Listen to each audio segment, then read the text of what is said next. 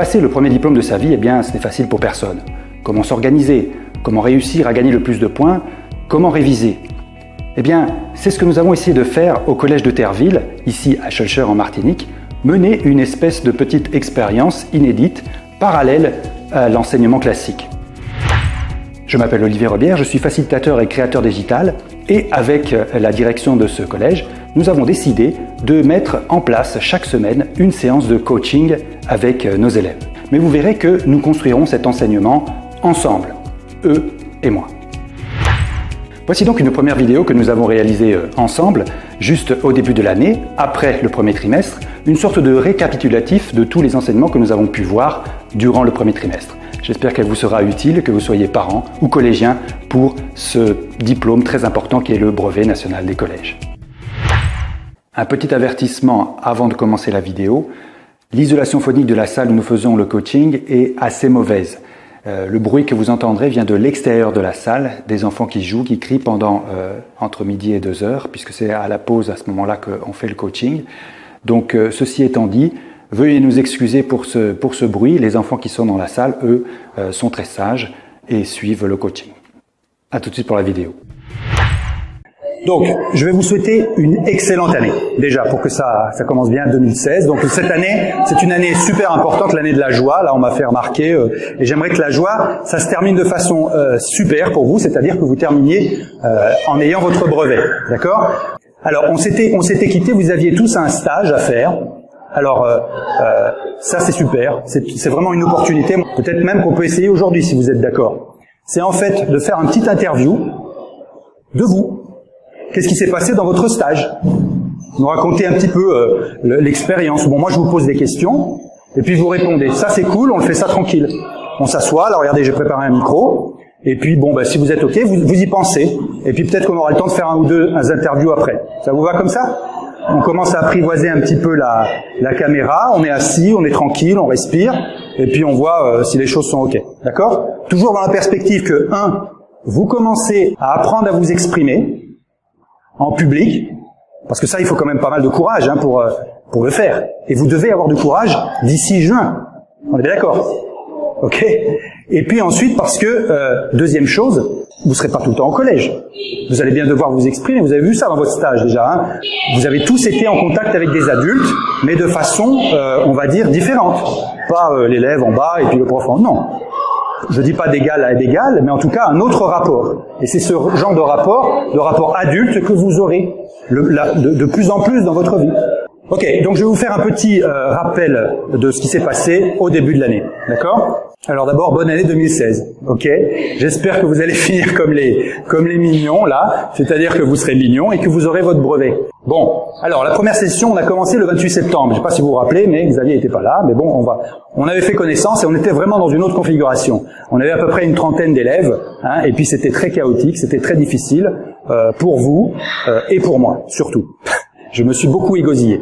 Et vous rappelez, on a fait un truc intéressant, parce que c'est quelque chose que je vous conseille de faire, notamment les futurs médecins, là, les femmes médecins, et puis ne serait-ce que vous, dans votre vie. C'est-à-dire, lorsqu'on a un problème, eh bien, il faut essayer de savoir quel est ce problème. Et alors là, je vous avais demandé un truc, ce qu'on appelle une sorte d'introspection, c'est-à-dire, qu'est-ce qui se passe à l'intérieur de vous? Je vous avais demandé d'écrire vos peurs.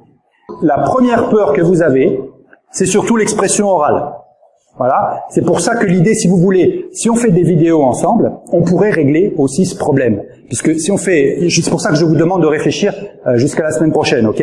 Ça pourrait vous aider à réviser, si vous voulez, puisqu'il faudrait en même temps, consolider vos connaissances et aussi améliorer votre expression orale, d'accord?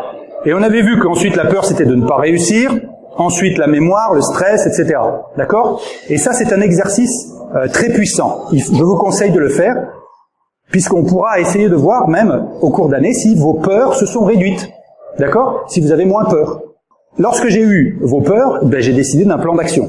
Vous m'avez dit, un petit peu comme le patient, un petit peu comme le client qui va voir un avocat, ou je ne sais pas, n'importe, dans toutes les relations, si vous voulez, dans toutes les relations entre les adultes, entre les gens dans une société, on se rend des services mutuels. C'est-à-dire, il y en a un qui sait faire un truc, moi je sais pas, je vais le voir, je lui demande, j'explique mon problème, et puis il me le résout. Voilà le plan d'action que j'avais proposé. D'abord, effectivement, améliorer l'expression orale, puisque c'est le problème qui vous stresse de façon majeure. Ok? Ensuite, connaître des tactiques pour décider comment marquer des points. On a vu ensemble, et on verra par la suite, que bon, pour réussir son brevet, c'est pas un truc stellaire, si vous voulez. Il faut rendre ces choses spécifiques, précises. Alors on a commencé par s'initier un petit peu au brainstorming, je sais pas si vous vous rappelez, on avait commencé à lancer plusieurs petites idées, on avait parlé de la carte mentale, et éventuellement si ça vous intéresse, ça c'est un petit peu le bonus, je pourrais vous apprendre à monter des vidéos, si ça vous intéresse, c'est pas obligatoire, d'accord? En fait cette année j'aimerais que vous preniez un petit peu l'initiative, c'est-à-dire que c'est vous, ensemble, on va construire un petit peu ce qui va se passer. Moi je suis à votre disposition, et on peut essayer de construire des choses. On avait commencé à attaquer nos peurs. On avait fait quelques petits exercices de virlangue, vous vous rappelez? Bon, il y avait toute la classe, et puis on avait les virlangues, ce sont ces phrases un petit peu spéciales qu'on doit répéter. Bon, j'avais essayé, mais c'était pas absolument terrible, quoi. Ça marche pas quand on est une trentaine. Bon, il vaut mieux essayer de, c'est ce que j'ai essayé de faire avec vous, prendre connaissance, voir qu'est-ce que vous voulez. Mais ce que je veux dire, c'est que il faut toujours corriger, vous voyez? Si on corrige bien en fonction de ce que dit l'autre, eh bien forcément, on va arriver à bien établir le dialogue. Bon, alors, vous vous rappelez, on avait fait quelques petits exercices quand même avec la carte mentale, on avait parlé de statut soviétique, on avait essayé de trouver quelques idées, qu'est-ce que ça représente, etc. Parce que vous devez être capable de mobiliser votre créativité, vos idées, pour pouvoir exprimer vos connaissances. Et on avait fait, par contraste, je vous avais parlé de l'autre, ce petit badge avec Mickey, c'est-à-dire que voilà, c'était à la même époque, strictement, c'est-à-dire qu'on voyait l'idéologie de l'Union soviétique, et en parallèle, l'idéologie américaine. Bon, évidemment, c'est un petit peu caricatural, mais on voit que les choses sont complètement différentes. Et ensuite, on avait vu que c'est important de poser des questions, se lever, s'exprimer, ne pas avoir peur. D'accord? C'est ça qui va vous aider, non seulement pour l'expression orale, mais aussi pour, dans votre vie future. Là, j'ai un petit peu de provocation. Réussir son brevet, ça veut rien dire. Oui, ça veut rien dire. C'est pas assez, c'est trop vague. Réussir, voilà. Si je vous dis par exemple, écrivez un livre. Ouais. Ou alors par exemple, écrivez un rapport de stage. Ouais, bon. Ah oui, mais je veux un rapport de stage sur le stage que vous allez faire vous. Ah, d'accord, bon. Et puis je voudrais trois parties, non. Et puis ensuite des sous-parties. Et je vous donne même le nombre des... Vous voyez? Donc les choses commencent à s'éclaircir un petit peu et votre peur diminue de plus en plus. D'accord? Parce que j'imagine que vous avez écrit le premier rapport de stage de votre vie, c'était pas forcément quelque chose de simple. Moi, je vous conseille fortement de garder ce rapport de stage précieusement, parce que vous allez le voir avec émotion dans 10 ou 15 ans. Oui, dans 10 ou 15 ans, vous serez toujours là. Je vous le dis. D'accord? Vous serez bien plus vieux, bien plus sage, peut-être déjà avec une profession. Donc, en fait, votre job, réussir le brevet, ça veut rien dire. Mais le job, c'est ça. Il faut avoir le plus de points, tirer dans la cible à chaque fois, dans chacune des matières. D'accord? C'est ça. Et après, vous pourrez réussir votre examen. Donc, essayez de penser. Je dis pas penser comme un robot.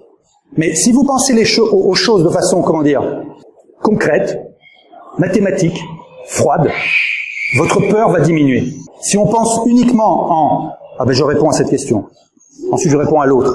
C'est-à-dire que vous pensez aux questions. On va voir tout de suite le détail ensuite. On pense aux questions l'une après l'autre. Si on pense au brevet globalement, ça fait quelque chose de trop... C'est trop gros, vous voyez ce que je veux dire? Surtout, voilà, ça c'est mon conseil maximal, il faut pouvoir gérer son moral en cours d'examen.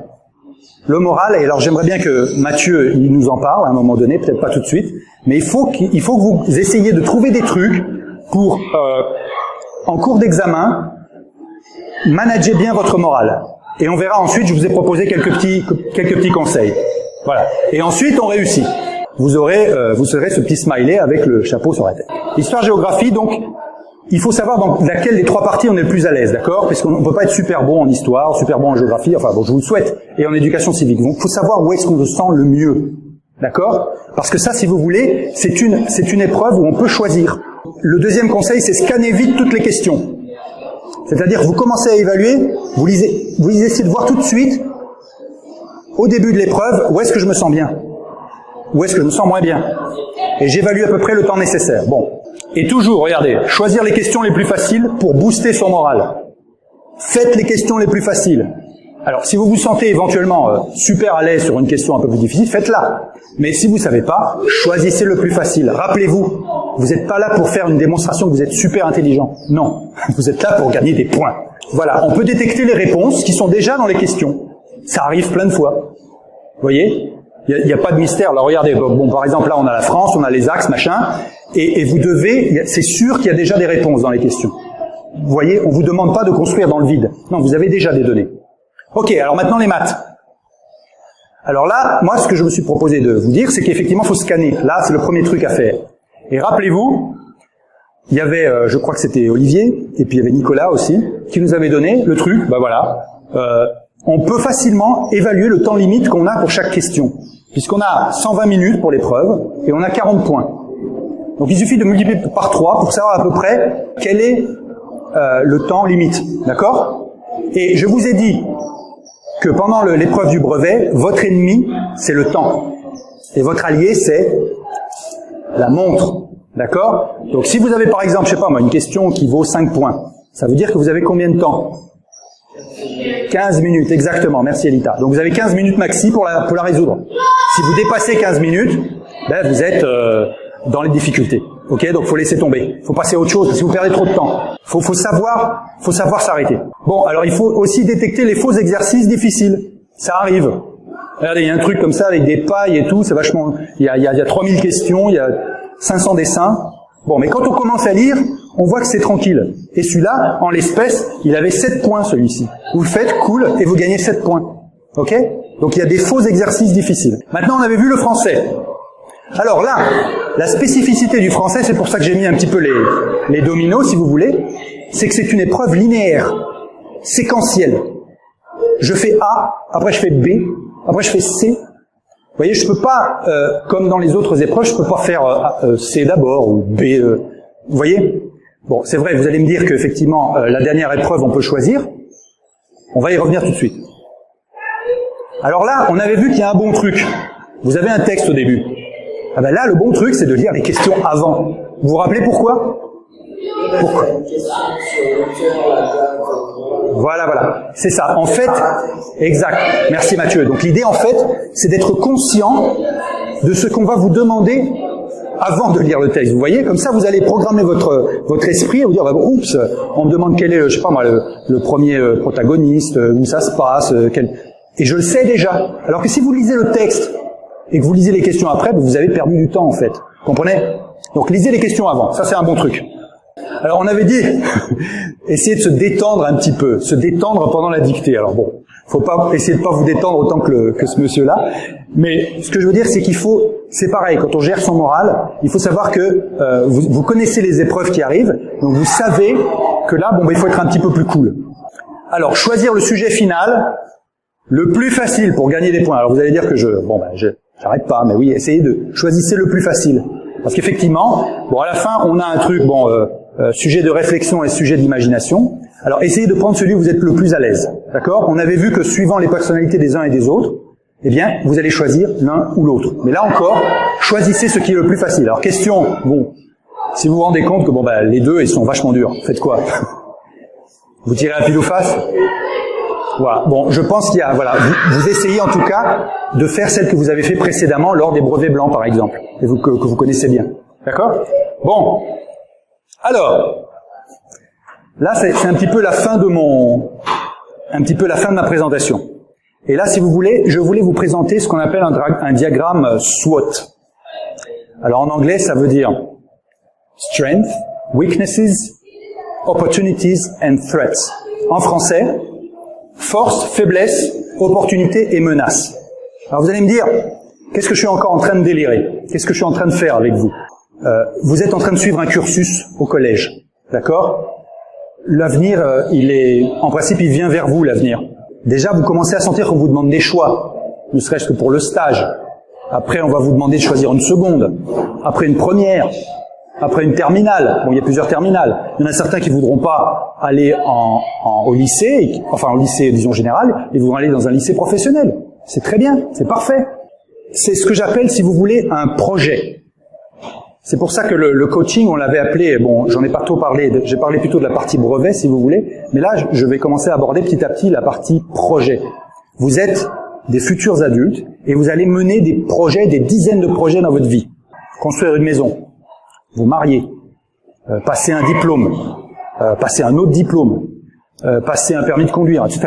Et alors, ce qui est bien, avant de commencer quelque chose, c'est d'avoir une espèce d'image, de savoir quels sont les problèmes qu'on aura éventuellement à résoudre. Et de mon expérience professionnelle, je peux vous dire que ça, c'est le diagramme le plus simple que j'ai vu. C'est un petit peu comme une carte mentale, si vous voulez, mais beaucoup plus simple, simplifié à l'extrême. Vous vous rappelez, la carte mentale, il y a un truc qui part au début, au milieu, et puis après on commence à pousser, à générer des idées. Vous vous rappelez de ça? Sauf que là, les idées sont déjà prêtes, si vous voulez. On a 4 zones. Et alors, comment c'est fait? Vous voyez, c'est de façon symétrique. Oubliez ce que j'ai mis là, créer des vidéos utiles. On pourrait dire projet, je sais pas, réussir mon brevet. C'est quelque chose que vous pouvez faire vous-même. D'accord? Par exemple, je prends Elita, je prends Marc, je prends Julia, et vous pouvez vous dire, bon ben voilà, je prends un bout de papier, et je commence à réfléchir. Ici, je veux réussir mon brevet, c'est mon objectif, je le mets au centre. Et ensuite, je mets mes forces. Ok? Et vous commencez à essayer de penser à vos propres forces comme si vous étiez quelqu'un d'étranger. J'apprends vite, j'ai de bonnes notes, etc. Vous voyez? À droite, je mets les faiblesses. C'est-à-dire, et là, faut être honnête avec vous. Faut être honnête. Vos faiblesses, je sais pas.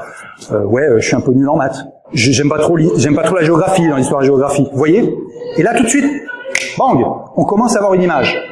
Bon. Et ensuite, en bas, on a un petit peu, si vous voulez, ça c'est la situation. Alors, vous voyez, on a à gauche, à droite, on a les forces et les faiblesses. C'est quelque chose, si vous voulez, la situation actuelle. C'est ce qui se passe maintenant. Et là, ensuite, c'est un petit peu l'avenir, si vous voulez. Les opportunités. C'est-à-dire, qu'est-ce que c'est qu'une opportunité? Est-ce qu'il y en a un qui sait ce que c'est qu'une opportunité? Voilà, c'est une chance, c'est-à-dire quelque chose qui pourrait éventuellement m'aider à sortir de cette situation actuelle, si vous voulez. Et de l'autre côté, ce sont les menaces. Ben, ça, si vous voulez, c'est le truc positif. Voilà, vous avez un cadran de gauche qui est positif. Voilà, exact. Il y a un cadran de droite qui est négatif. Menace, je sais pas, par exemple, qu'est-ce que ça pourrait être comme menace pour le... Voilà, je révise pas assez, par exemple. Ça, c'est une menace. Enfin, vous commencez à mettre vos choses. Et puis, une fois que vous avez fait cet exercice, que je vous conseille, vraiment, alors vous le faites pour votre brevet, mais ça, c'est quelque chose que je vous donne pour votre vie. Je parle aux adultes que vous serez dans pas longtemps. D'accord? Essayez de vous rappeler de ce diagramme SWOT, ou comme on dit en français, FFOM. D'accord? Parce que ça va vous aider. Parce qu'une fois que vous avez fini ça, ok, vous passez peut-être un petit quart d'heure, 20 minutes. Et vous commencez à voir. Et par exemple, il y a une menace là. Marc me disait, ah bah ouais, mais je révise pas assez. Est-ce que cette menace, on peut la résoudre? Hein? Bien sûr. Comment on peut la résoudre? En révisant, vous voyez. Donc ce que je veux dire, c'est que quand on commence à voir ce genre de carte, on commence à voir les problèmes qui apparaissent. Ok? Et aussi les solutions. Alors, maintenant, on va passer, si vous voulez, à une autre partie. J'avais suggéré qu'on fasse un petit interview. Attention, je vous préviens encore une fois, donc on va filmer et on va diffuser sur YouTube avec votre accord d'abord, 1, et 2, uniquement si vos parents sont d'accord. Et si ils sont pas d'accord, eh bien moi je vous demanderai si vous êtes ok pour qu'on utilise votre voix. On vous verra par votre voix, c'est pas un problème. Ok? Et si vous voulez pas, ben c'est pas grave. Alors est-ce qu'il y en a certains qui sont volontaires pour essayer? On va faire ça tranquille. Elita, tu veux? Ok. Alors on va s'installer, je vais arrêter la caméra. Voilà donc pour cette première vidéo. J'espère que la semaine prochaine, nous aurons l'opportunité de voir déjà les premières interviews que j'ai réalisées avec les collégiens volontaires. Vous verrez, nos adolescents ont beaucoup de choses à nous apprendre.